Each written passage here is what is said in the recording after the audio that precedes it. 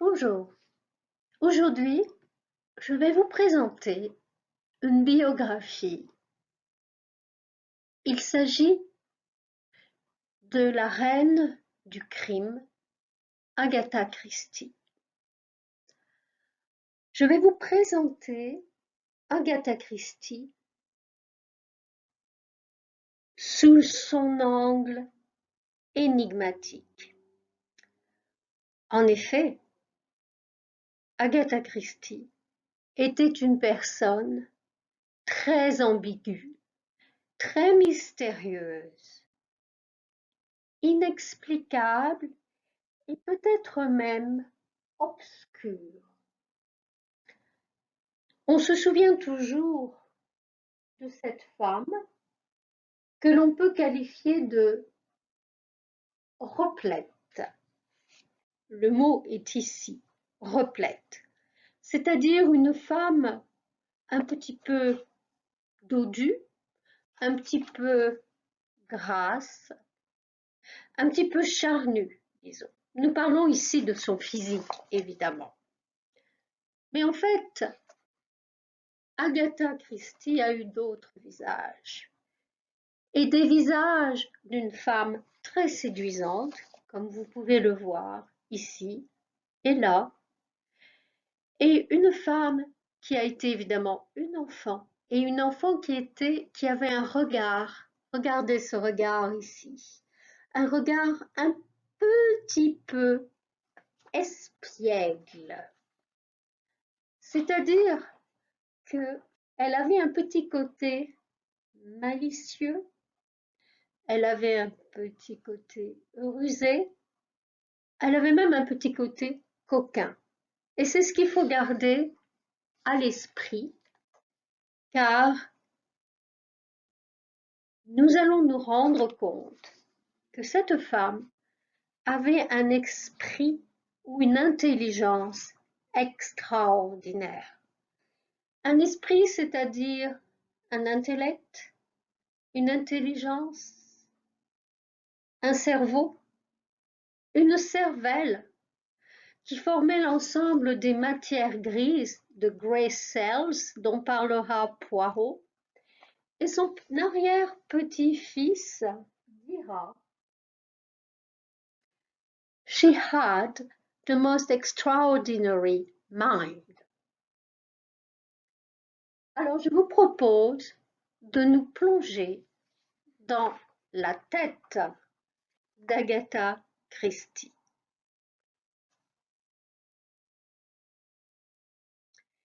Nous allons voir en effet qu'elle avait une imagination débordante. Tout d'abord, sa naissance. Elle est née en 1890 dans le Devonshire, en Grande-Bretagne. C'est une enfant qui est laissée à elle-même. C'est-à-dire que c'est une enfant qui va être solitaire et qui va même connaître la solitude. D'abord parce que sa sœur est beaucoup plus âgée qu'elle. Ensuite, son frère mourra alors qu'elle est jeune et son père disparaîtra lorsqu'elle aura 11 ans. Disparaîtra, c'est-à-dire qu'il mourra lui aussi alors que Agatha n'a que 11 ans. Et là, elle va vivre entourée de femmes. Il y aura sa mère, bien évidemment, mais il y aura aussi sa sœur qui est plus âgée et sa tante. Donc elle va vivre dans un environnement matriarcal et plus tard elle dira que ces femmes lui ont inspiré le personnage de Miss Marple et qu'elle s'est servie d'elle, de ces trois femmes, pour mettre en avant l'intuition féminine. Alors, cette pauvre petite fille, seule, vit évidemment dans une famille qui aussi est un peu excentrique. C'est-à-dire que c'est l'époque très victorienne où on est baigné dans les séances de spiritisme, vous savez, séances, et elle s'ennuie. Elle s'ennuie vraiment. Donc, ce que l'on va remarquer chez Agatha, c'est que très vite, elle va être une autodidacte. Une autodidacte, c'est-à-dire qu'elle va d'abord personnellement apprendre à lire. Elle n'ira à l'école qu'à l'âge de 12 ans, en 1902, et sa mère était un petit peu contre le fait qu'elle apprenne à lire. Donc, Agatha va apprendre à lire par elle-même et elle lira énormément. Elle dira plus tard, I never had an education. Bien évidemment, elle aura des gouvernantes et elles qui lui apprendront les choses que les jeunes filles doivent apprendre, et elle aura aussi, elle fera aussi ses études plus tard dans des pensionnats français, donc en France. Agatha parlait très bien le français. Donc notre pauvre Agatha devra se former elle-même, mais cette éducation sera formatrice.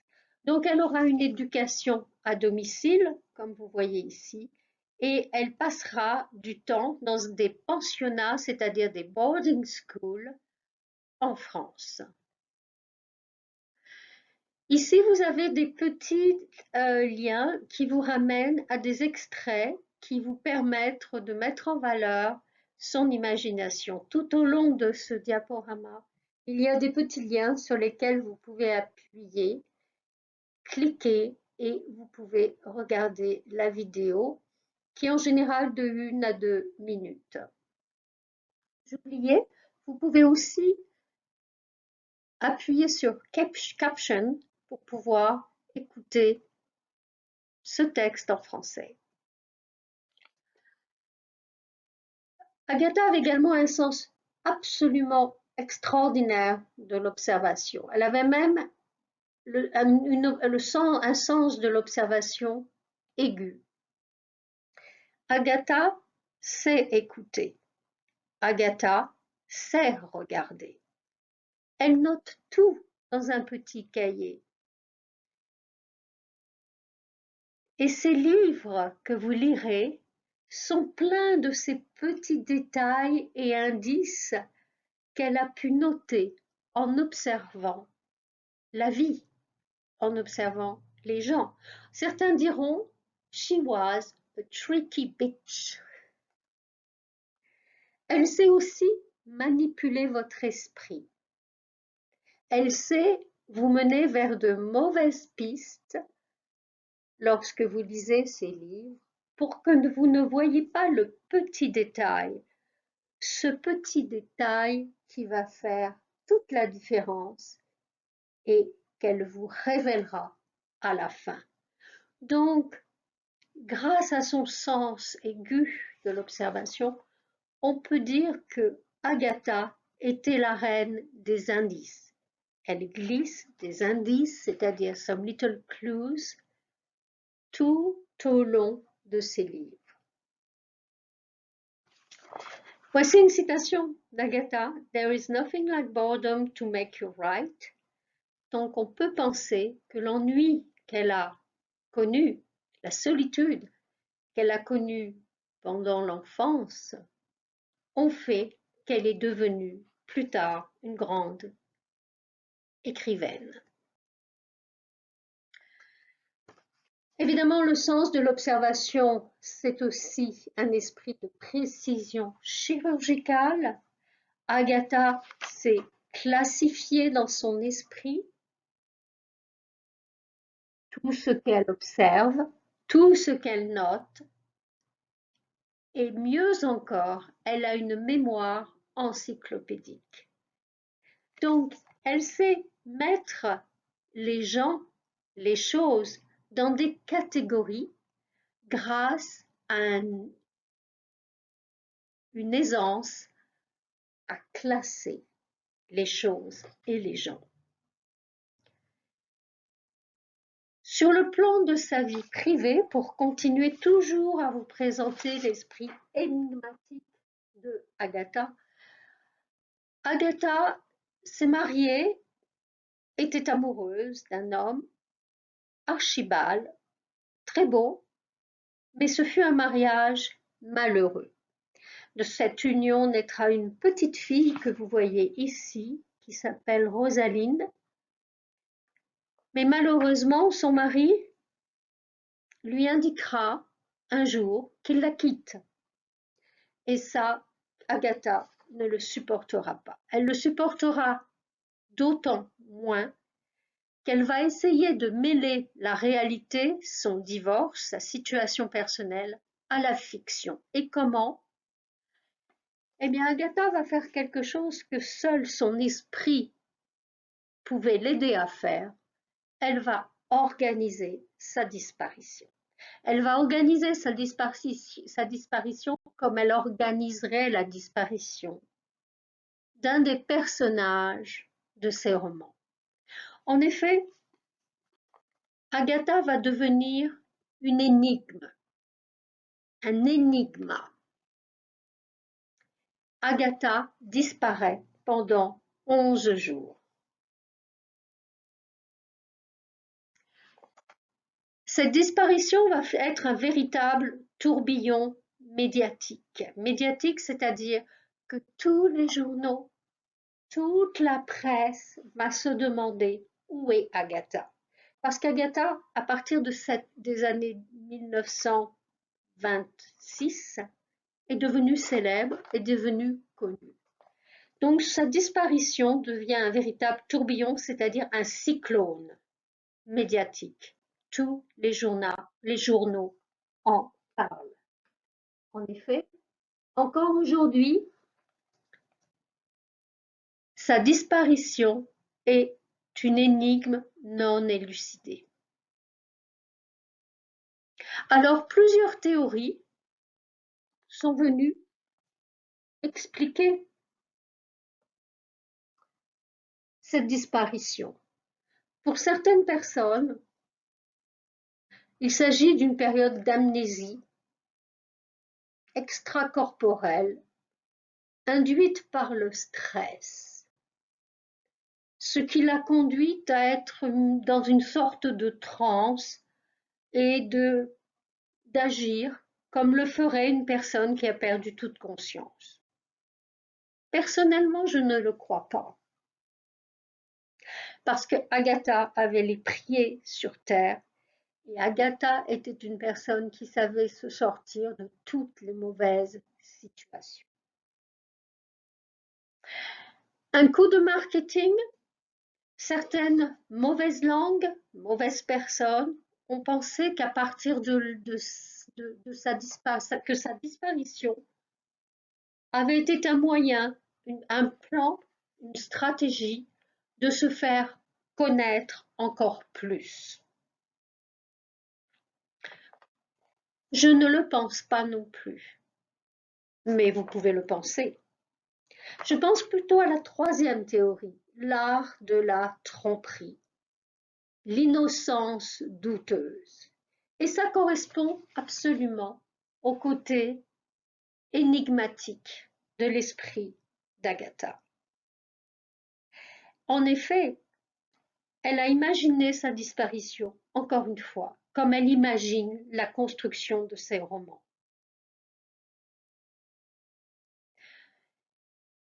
Et c'est une méthode qu'elle utilise dans ses deux romans, l'innocence douteuse. Il y a des mensonges, il y a des histoires à rebondissement. Rebondissement, ce sont des contre-coups, ce sont des rebonds. Elle laisse le lecteur deviner ce qui a pu se passer. Donc, Agatha, c'est la reine du crime, mais aussi c'est la reine de la tromperie. De la tromperie, c'est-à-dire de la mystification, du prix, de la supercherie.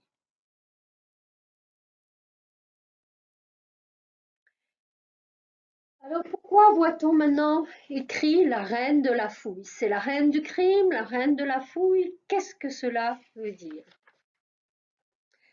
Eh bien, Agatha sait rebondir, comme je viens de le dire à l'instant. Agatha, en 1926, vient de perdre sa mère. Agatha vient de voir son mari la quitter pour une femme. Elle n'a pas de choix et c'est dans son caractère de se réinventer. De se réinventer, c'est-à-dire, comme un caméléon, de changer de peau. Et comme Agatha est une femme extrêmement curieuse, et comme Agatha est une femme qui est assoiffée de voyage, être assoiffée, c'est-à-dire avoir un grand besoin de faire quelque chose, eh bien, elle décide de partir. Au bout du monde, elle part au Moyen-Orient. Et son esprit curieux, mêlé à un esprit énigmatique, va la sauver d'un profond chagrin et d'une profonde déception. Le chagrin d'avoir perdu sa mère et la grande déception d'avoir été abandonnée par son mari. Et là, elle se lance dans la fouille archéologique. On peut presque voir fouiller la fouille.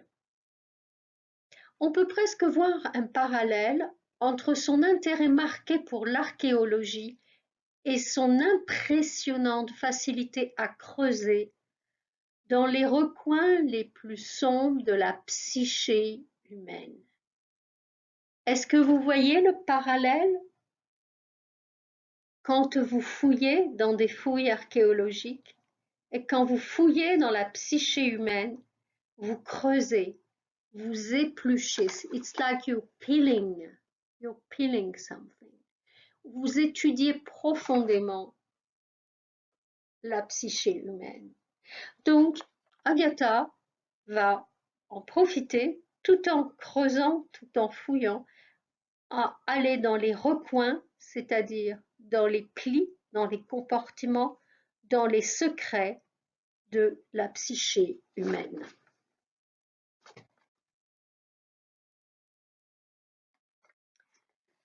Et c'est là, pendant cette période au Moyen-Orient, qu'elle va écrire 3 romans. Le crime de l'Orient Express, Mort sur le Nil et Mort en Mésopotamie. À partir de là, Agatha va connaître un succès planétaire. Elle dira elle-même, c'est là que je suis devenue écrivain.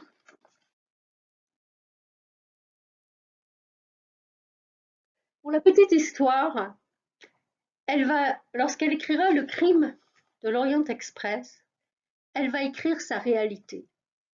Parce que Agatha, pendant 3 jours, alors qu'elle était sur l'Orient Express, a été bloquée, le train a été bloqué pendant 3 jours, et Agatha a été enfermée, confinée dans une petite superficie, et a pu observer, regarder et noter dans son calepin, dans son bloc-notes, prendre des notes sur tout ce qui se passait autour d'elle. Et c'est là qu'elle a imaginé la possibilité qu'un crime soit commis. Elle se servira donc de sa réalité pour créer le crime de l'Orient Express. Au niveau amoureux, elle va avoir le bonheur de rencontrer l'archéologue Max Mallowan, avec qui elle finira sa vie Il restera à ses côtés jusqu'à la fin. Il avait cette particularité qui, à l'époque, aurait pu être peut-être choquant. Il avait 16 ans de moins qu'elle. Elle le rencontre, il a 26 ans, elle en a 40. Donc il y a à peu près 15 ans, 14 ans, 15 ans de différence. Il sera son second et non pas son deuxième. J'en profite pour faire la différence entre deuxième et second. Deuxième, ça veut dire qu'il peut y avoir un troisième mari. Second veut dire qu'il n'y aura pas de troisième mari. Donc, nous parlons bien de son second mari et nous sommes très contents qu'elle ait pu rester qu'ils aient pu rester ensemble jusqu'à la fin.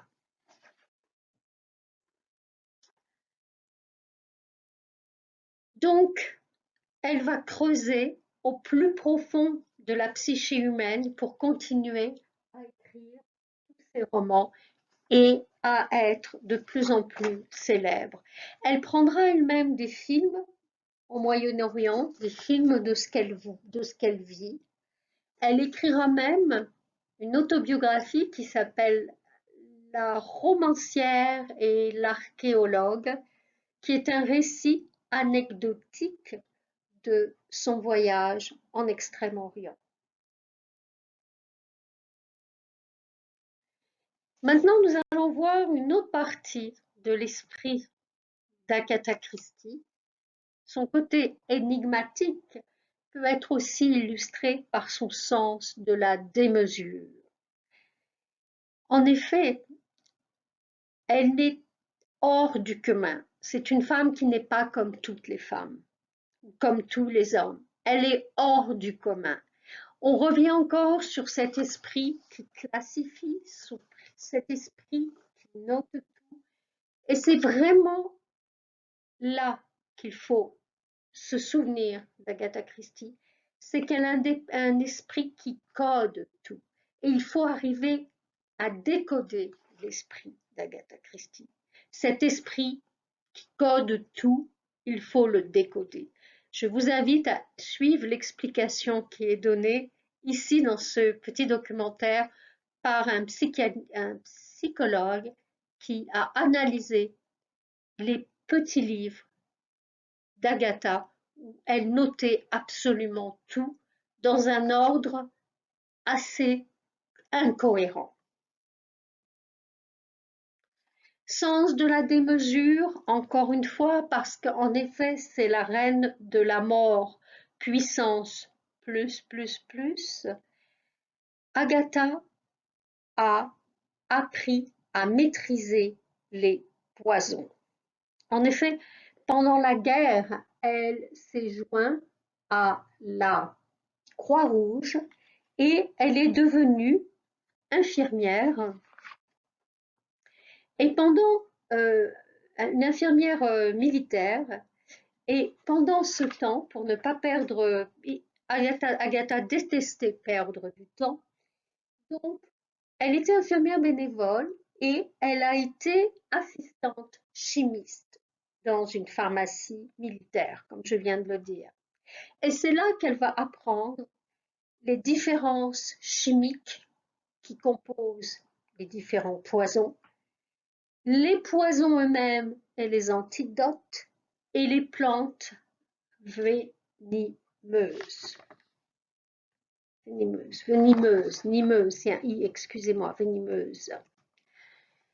Et à partir de là, elle va écrire son premier roman qui s'appelle La mystérieuse affaire de Style, où il est question de poison, d'empoisonnement.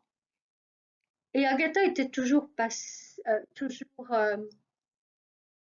étonnée qu'une seule petite différence d'un gramme puisse être suffisant à donner la mort.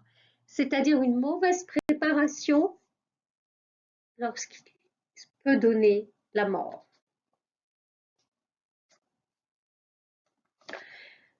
Une autre chose qui est extraordinaire et qui montre la démesure de l'esprit d'Agatha Christie, son côté énigmatique, c'est la structure machiavélique de ses roman. Cette femme est machiavélique. Un auteur, François Rivière, parle de cela dans son roman Le crime devient un jeu de scène, car Agatha met le crime en scène. Il s'agit de décortiquer, il s'agit de décoder, encore une fois, et chez Agatha, son génie, c'est de tromper le lecteur. Et pour ça, son imagination est sans limite. Vous allez trouver des situations, je vais vous en nommer juste quelques-unes, où des assassins sont assassinés, où des suspects sont finalement des victimes, où il y a des dédoublements, où il y a beaucoup de fausses pistes qui vont masquer la vraie piste, où vous trouvez des morts qui ne sont pas morts, mais qui finissent par le devenir. Tout cela, c'est l'esprit d'Agatha Christie.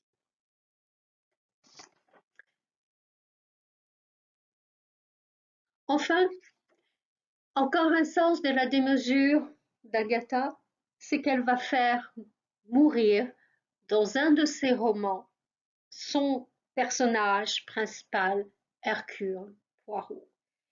Hercule Poirot quitte la scène, elle refuse de publier le roman qui ne sortira qu'1 an avant sa mort. Agatha va mourir en 1976 et ce roman dans lequel Hercule Poirot quitte la scène, c'est-à-dire décède, sera publié en 1975. Le New York Times va même lui réserver une page nécrologique. Une page nécrologique. Je vous laisse rechercher l'article du New York Times. C'est un fait notable pour un personnage de fiction. La mort d'Hercule Poirot a donné lieu le 6 août 1975 à un article dans les colonnes du New York Times. Je vous lis juste une première phrase. Hercule Poirot, détective belge, devenu internationalement célèbre, est décédé en Angleterre. Son âge n'est pas connu. Monsieur Poirot est devenu célèbre en tant que détective privé après avoir pris sa retraite de la police belge en 1904. Enfin, nous allons terminer très rapidement. Je voulais juste vous indiquer que les publications d'Agatha Christie fait qu'elle est la 3e auteure la plus lue au monde, après la Bible et après Shakespeare. Le roman le plus connu est le roman And Then There Were None. Et vous pouvez également vous reporter à cette page pour lire, pour pouvoir voir un petit peu plus d'informations à ce sujet. Agatha a écrit 66 romans, 15 pièces de théâtre et a vendu 2 milliards d'exemplaires. Pour la petite anecdote, je voudrais vous dire que dans ces romans, il y a eu 158 assassins et 227 victimes.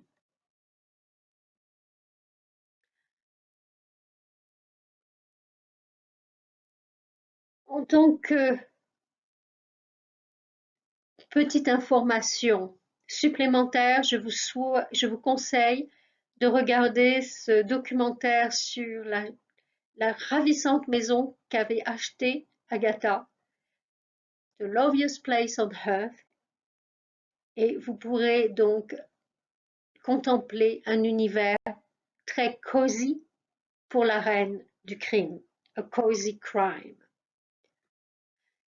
Elle fut anoblie par la reine et elle a comme descendance ce monsieur sur la photo et son petit-fils, James, qui ont les droits moraux de la romancière.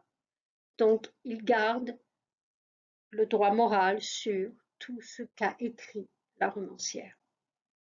Voilà, j'espère que cette énigmatique Agatha vous aura intéressé.